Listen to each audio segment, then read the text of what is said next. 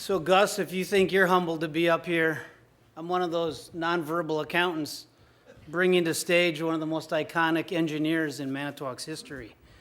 Certainly a pleasure for me to be here tonight, and congratulations to you guys from the past and for everybody that's winners tonight. We're here today to honor John West, who was a unique man that I believe has changed not only the industry, but an entire community in Manitowoc as well.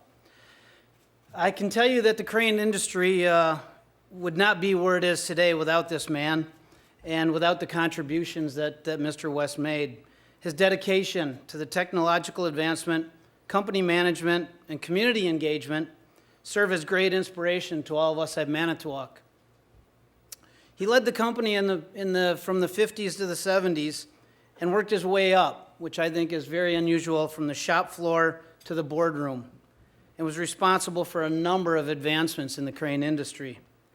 Because of his work, as Pete said earlier, cranes have higher capacities and more resilient, reliable, it's an inside joke, due to improved design and advanced materials.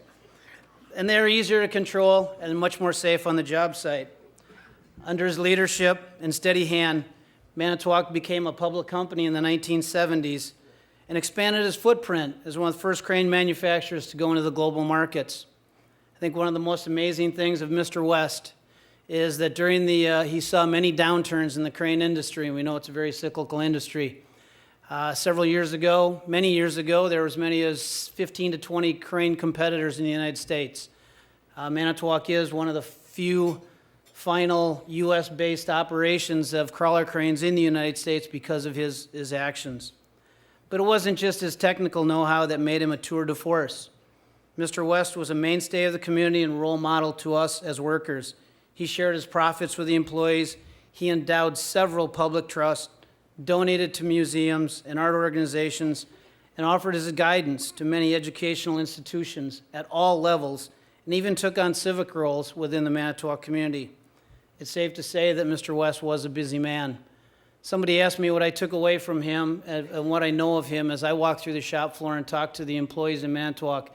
And I say it's what he left us was a culture. We had some people that do a lot of work for our business, and they said to me, we were talking to them one day, and I said, "What do you think Manitowoc's culture is?" And they said, "It's interesting, we think Manitowoc's culture is no tall trees. When somebody gets a little too big for their britches, it seems that they get cut down." I think that's because of Mr. West.